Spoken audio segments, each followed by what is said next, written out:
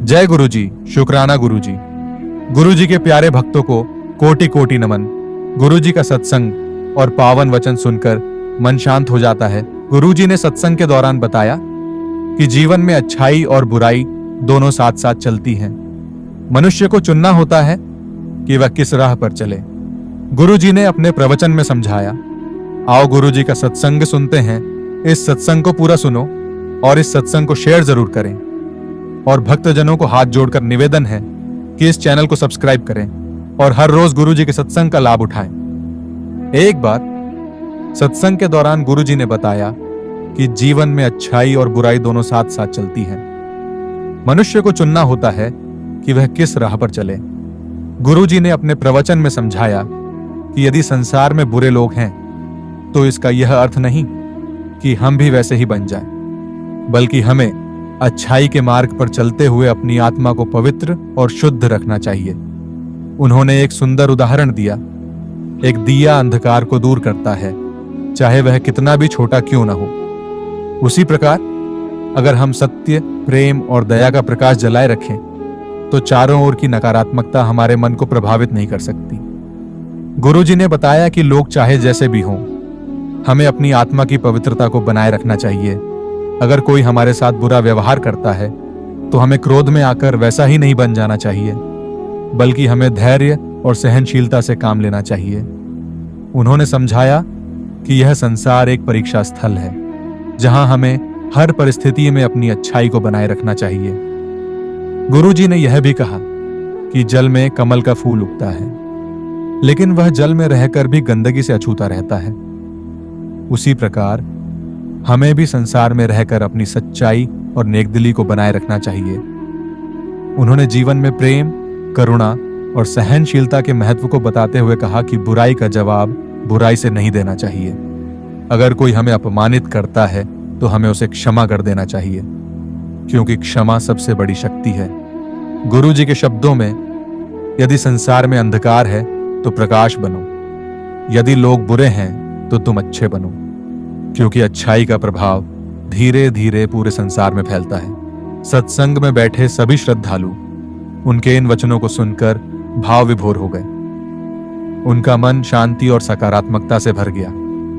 वे समझ गए कि सच्चा संत वही है जो स्वयं अच्छाई के मार्ग पर चलता है और दूसरों को भी वही सिखाता है। सत्संग में गुरुजी ने आगे बताया कि जीवन में कई बार हमें कठिन परिस्थितियों का सामना करना पड़ता है।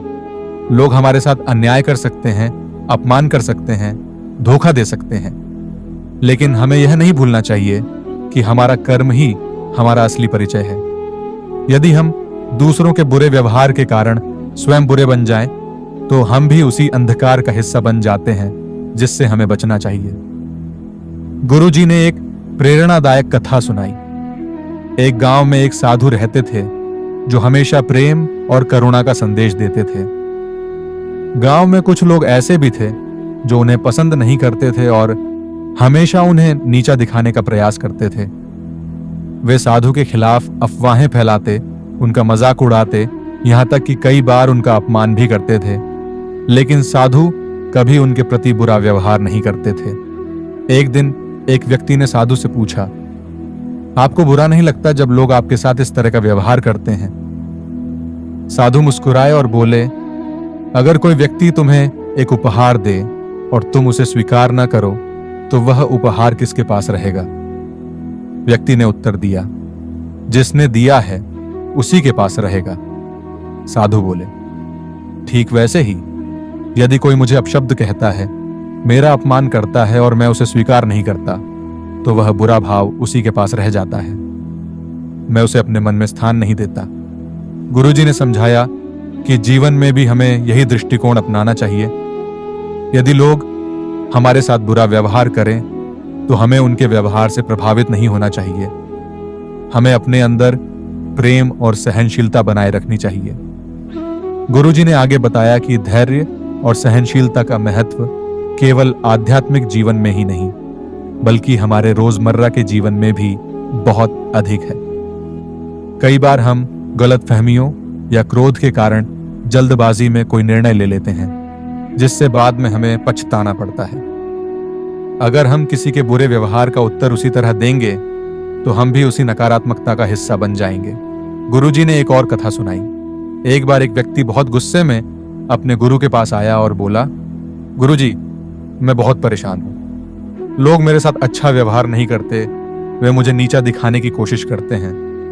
मुझे बहुत क्रोध आता है, मैं उन्हें सबक सिखाना चाहता हूं। गुरुजी मुस्कुराए और बोले, तुम्हारे हाथ में एक जलता हुआ कोयला है और तुम उसे किसी और पर फेंकना चाहते हो ताकि उसे जलन हो, लेकिन क्या तुमने सोचा कि जब तक तुम उसे पकड़कर रखोगे तब तक वह तुम्हें भी जलाएगा? व्यक्ति यह सुनकर चुप हो गया। उसे समझ आ गया कि क्रोध और प्रतिशोध का पहला शिकार वही व्यक्ति होता है जो उसे अपने मन में पालता है। गुरुजी ने यह भी बताया कि क्षमा सबसे बड़ी शक्ति है। उन्होंने महात्मा गांधी का उदाहरण दिया, जिन्होंने अहिंसा और क्षमा को अपना सबसे बड़ा हथियार बनाया। जब हम किसी को क्षमा करते हैं तो हम न केवल अपने मन का बोझ हल्का कर लेते हैं, बल्कि सामने वाले व्यक्ति को भी यह एहसास कराते हैं कि अच्छाई ही सच्ची ताकत है। उन्होंने समझाया कि प्रेम और करुणा से ही इस दुनिया को बदला जा सकता है। अगर किसी ने हमारे साथ बुरा किया है तो हमें उसे उसी तरह जवाब देने की बजाय प्रेम से समझाने का प्रयास करना चाहिए। धीरे धीरे अच्छाई का प्रभाव उन पर भी पड़ेगा। गुरुजी ने संत कबीर का एक दोहा सुनाया, बुरा जो देखन मैं चला, बुरा न मिलिया कोय, जो मन खोजा आपना, मुझसे बुरा न कोय। इसका अर्थ यह है कि जब हम दूसरों में बुराई ढूंढने निकलते हैं तो हमें कोई बुरा नहीं लगता, लेकिन जब हम अपने भीतर झांकते हैं तो पाते हैं कि हमारी सोच में भी कमियां हैं। इसलिए हमें हमेशा अपनी आत्मा को शुद्ध और निर्मल बनाए रखना चाहिए। गुरुजी ने यह भी बताया कि यदि हम अपने जीवन में सकारात्मकता को बनाए रखते हैं तो धीरे धीरे हमारे आसपास के लोग भी हमारे गुणों को अपनाने लगते हैं। अच्छाई का प्रभाव धीरे धीरे फैलता है, जैसे एक दीपक पूरे अंधकार को दूर कर देता है। उन्होंने एक उदाहरण दिया, यदि किसी गंदे पानी के गिलास में स्वच्छ जल डाला जाए तो धीरे धीरे वह भी साफ हो जाता है। उसी प्रकार यदि हम अपने जीवन में सच्चाई, ईमानदारी और प्रेम को स्थान देते हैं तो धीरे धीरे हमारे आसपास का वातावरण भी सकारात्मक बनने लगता है। गुरुजी ने यह संदेश दिया कि हमें दूसरों की गलतियों को क्षमा करते हुए अपने जीवन में आगे बढ़ना चाहिए। अगर लोग हमारे प्रति गलत व्यवहार करते हैं तो हमें उन्हें जवाब देने की बजाय अपने अच्छे कर्मों से उदाहरण प्रस्तुत करना चाहिए। गुरुजी ने अपने प्रवचन के अंत में कहा, अच्छाई और बुराई की यह दुनिया एक महासागर की तरह है। तुम अपनी नया को अच्छाई के पतवार से चलाते रहो, चाहे तूफान कितना भी बड़ा क्यों ना हो। अंत में सत्य, प्रेम और करुणा की ही विजय होती है। सत्संग में उपस्थित सभी लोग इस संदेश से अत्यंत प्रभावित हुए। उन्होंने संकल्प लिया कि वे अपने जीवन में इस शिक्षा को अपनाएंगे और कभी भी बुराई के प्रभाव में आकर खुद बुरे नहीं बनेंगे। गुरुजी का यह सत्संग एक नई रोशनी की तरह था, जो उनके शिष्यों के जीवन में सकारात्मक बदलाव लाने के लिए प्रेरित कर रहा था। जय गुरुजी, शुक्राना गुरुजी। गुरुजी के प्यारे भक्तों, आज का सत्संग आपको कैसा लगा? कृपया कमेंट करके जरूर बताएं। इस सत्संग को अपने रिश्तेदारों और प्रियजनों के साथ साझा करें ताकि उनकी आत्मा भी परमात्मा से जुड़ सके। यदि आपके मन में कोई उलझन है तो उसे हमारे साथ साझा करें। हम आपके मन की उलझन को सत्संग के माध्यम से समाधान लाने का हर संभव प्रयास करेंगे। शुक्राना गुरुजी।